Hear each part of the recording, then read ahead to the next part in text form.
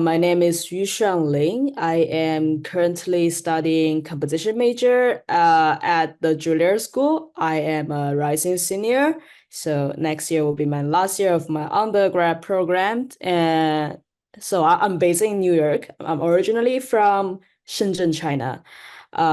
So yeah, I came to the States because of this composition program that I feel very lucky to get into.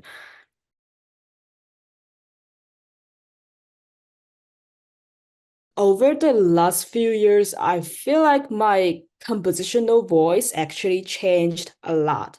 So back in China, when I was just starting, I started pretty late, like in the high school. That's when I finally got my toes into the realm of composition, and I tried to write a lot of stuff in different styles and also listen to contrasting styles people like uh the American style. They have like yeah, minimalism, neoclassical, and more or less tonal or like in between stuff, and also the very sound based European stuff. um I try to combine all those together. When I just got into the school, I focus on ideology a lot instead of the actual sound. Because that's what I thought composition was about. It was about making a statement, it was about saying something that you want to express, but in a sort of artistic, musical way.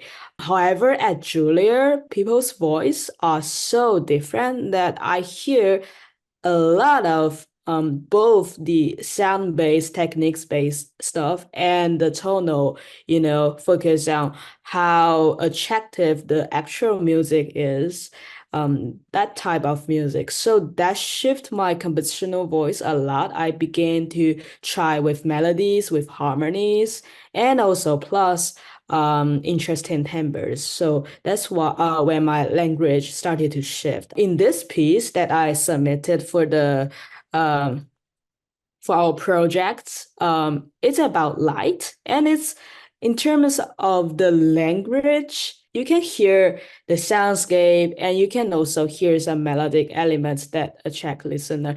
That's the main thing. It changed my compositional voice, and also plus we got great teachers there. They're always so inspiring and so supportive. My teacher, Dr. Wagner, Melinda Wagner, always said that be inspired by whatever you're listening to, be inspired by all the sound and be open to everything.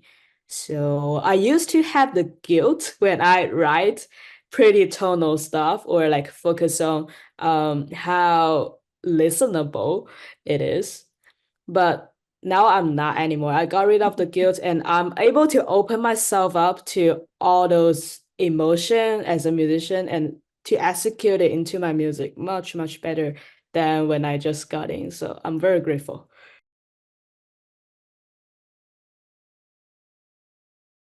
Talking about favorite composers, I have to say Ravel and Piazzolla. Ravel is like it's still not 21st century, not that contemporary, but I love his orchestration and his means of using soundscape. One of my favorite pieces from him is his string quartet in F major.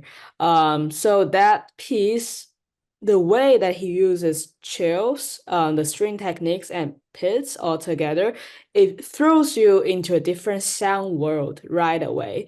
So I love that essence of his pieces.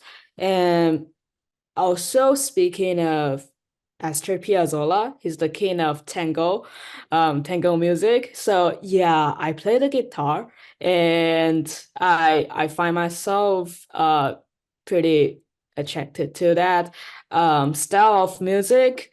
So those are pretty tonal stuff that I like to incorporate. I also listen to like Brian Ferneyhough, Luigi Nono, Ligeti, those microtonal timbre stuff. I love to seek a middle ground between these two. So the extremely tonal, very pleasant to listen to, that type of music with all those interesting timbres. For instance, the composer Sariaho, she likes to in her string writing, she likes to morph the timbre a lot. And also by changing the contact point every once in a while, you put out harmonics. Every once in a while, you change the timbre in one note. I love that essence and also the German notion of Klangfarbe melody. I'm not sure about my pronunciation, so excuse my German. But no, yeah, that just means timbre melody. I love that idea and also cooperate with the actual tonal stuff altogether to create a new sound word.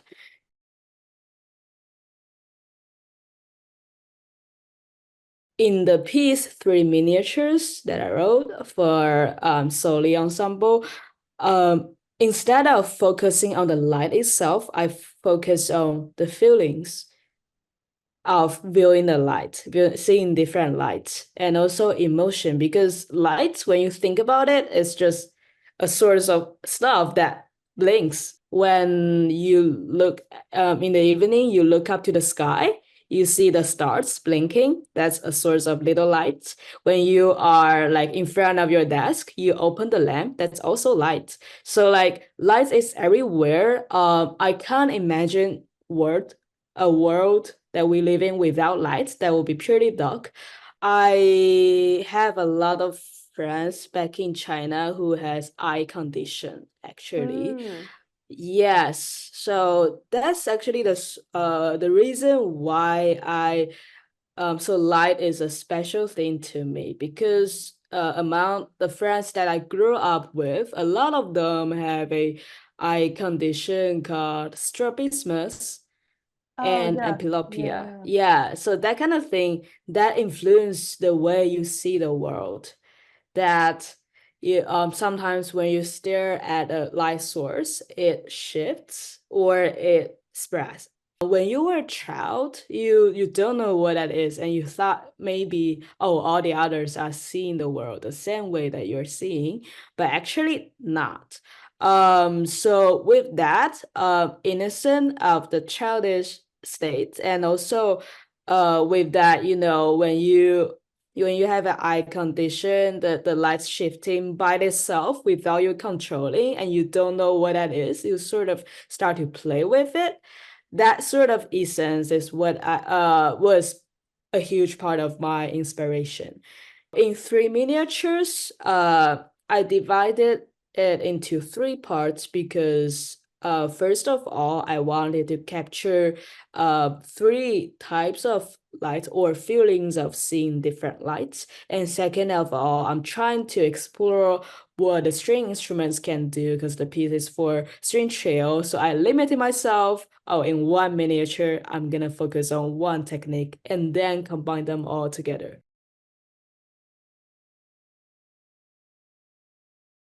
I'm gonna talk about the first movement, I guess. So in that piece, the whole page is all harmonics. There's no single note that's regularly bowed. And yeah, that was the first time that I attempted to do that. And it was so much fun to figure out where your finger would touch and what notes would come out. What different note would come up instead of the regular way if you press with regular pressure. So that's very fascinating to me. It's like the way you touch things differently, you approach things differently, it gives you different reaction. So yeah, that's very fun and also a new texture or technique that I find out is like by varying your little pressure on the fingerboard on top of the string, you get this shimmering, glimmering sound that's pretty like the light flashing in front of your eyes. So I've been using that a lot along with micro controlling the uh contact points of the bow, pulling the harmonics out here and there, or vary the sound a little bit. In music production, we call it EQ, but we can also apply that concept to our actual playing, I think, to, in one timbre, you highlight certain partial and then highlight the other parts. That's very fascinating to me.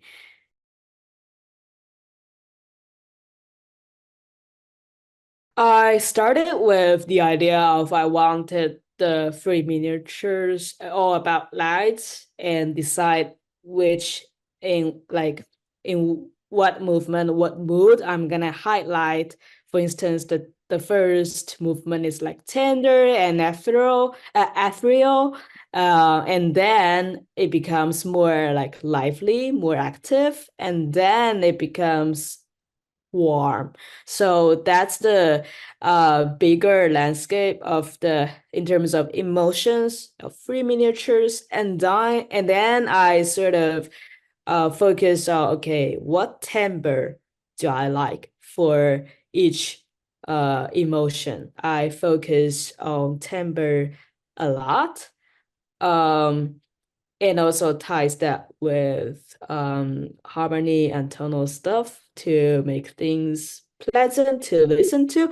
In the first movement, that's all harmonics. The hardest part is to figure out where to touch on the string and what type of notes that will come out. You are, in a way, limited to the harmonic series. But since it's the harmonic series, when you put together, it's supposed to sound very harmony. Yeah. So yeah, it's fun to play around with. I had to write the actual pitches, or like write all the actual pitches out and then calculate every single one of them where Oh, to wow. touch. Yes. Yeah, that was my process. I know that sometimes people just write the actual pitch with a circle to indicate natural harmonics, but with that, I am not notating the notes, but notating where to touch. So the entire movement is that. Yeah, like a guitar tablature, basically. I play the guitar as well, so I sometimes think in that way. Instead of notating what you hear, you notate where to touch and what to do with your instrument. That's the where I began. And then I moved to sort of a Pitts moment. That's why Ravel influence comes in. His string quartet in F major. There's the that kind of uh all Pitts texture that I really love. I want to play with that in my music as well. So I see the pits of the strings very similar to the stars at night, in the evening when the air is like without pollution, of course. And yeah, and like a child looking up, glimmering stars, counting how many they are, never ends, but it's very, yeah, I want to capture that childish quality of it with pizzas and yeah, the lively emotion. And then it's when it comes to the third movement, I want to create a more warm texture and more harmony based. So I combine the two uh together. Yeah, that was my process.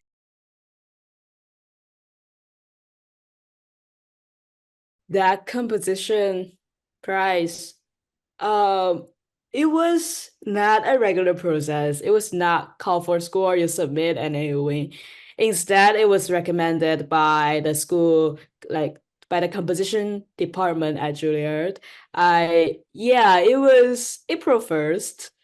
And I just got an email, oh, congratulations, you won the Purdue Trio Prize.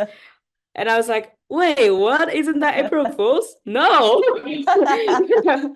I'm very grateful for the opportunity so that I got to write a piece for violin, clarinet, and piano to be performed at Lincoln Center in the 24 to 25 season Exciting. next year, which will be right before my undergraduate graduation. So yeah, I'm very excited for that. So that price, I don't have things to talk about the process because I didn't apply for it, but I am working on it right now. And that also ties to what I was trying to capture in this three miniature piece. So currently, because I've recently found myself wanted to speak for patients with this eye condition called strabismus and amblyopia. Uh, amblyopia. Every single of my composition, I guess, starting from the end of 2023 until maybe the end of 2025-ish. So like this season, all of my pieces in with different instrumentation and to be played in different venues and different formats. They are all somewhat tied to the idea of light and the idea of connecting and to be connected. Because with that eye condition, strabismus, you are not able to look at one place with both of your eyes at a time. So that to other people who are talking to you, it will always feel like you are not looking at them when you talk to them, and you have no way to change that. Yeah, unless you get a surgery, which has a super high possibility to fail. Oh, No okay. kidding. Yeah. Yes, a lot of children that I know with that eye condition had to get a treatment since they're very young and go to the surgery room multiple times. Yes, because that's a nerve problem, but the means for treatment that we have for now only treat the surface, but cannot actually deal with the neural, problem that you have Mm. inside. Children that I know with that eye condition always suffer from that. They cannot answer the question from their friend, why you never look at me when you talk to me? Do you disrespect me or anything? So yeah, I want to, through my work now as a young composer, to speak for them, to put that into people's eyes. Like, I don't know, I first of all saw a YouTube video made by a filmmaker called Opinion. Um, I forgot his full name, uh but his first name is James. He's a YouTuber and makes video for a living. He is a adult patient with strabismus, and then he made a video to tell people what the world look like if you have that condition. Because for all the people with disability or any kind of small mild condition like that, we are always told how the world will look like if you're normal, but people are barely told the other way around. As a composer, I only deal with sounds, but in any ways, I want to, through what I do, to present to the world what we feel, what we see, and through sonic controlling to create a sound and to create a surrounding in that way to show people what we feel with that condition. And it's not that we don't want to be connected or anything. It's like we're seeking a way to be connected and to be seen. So a famous line or a line of that I really like from that video is like, I have no problem with the way I see, but I have a problem with the way that I am seen. That touches me, and that's actually what inspired me to have a series of composition in different venues, all about or inspired by that condition. I want to, through a series of pieces, capture what people see through that, and also in both literal and non-literal way to present a world with that sort of eyes.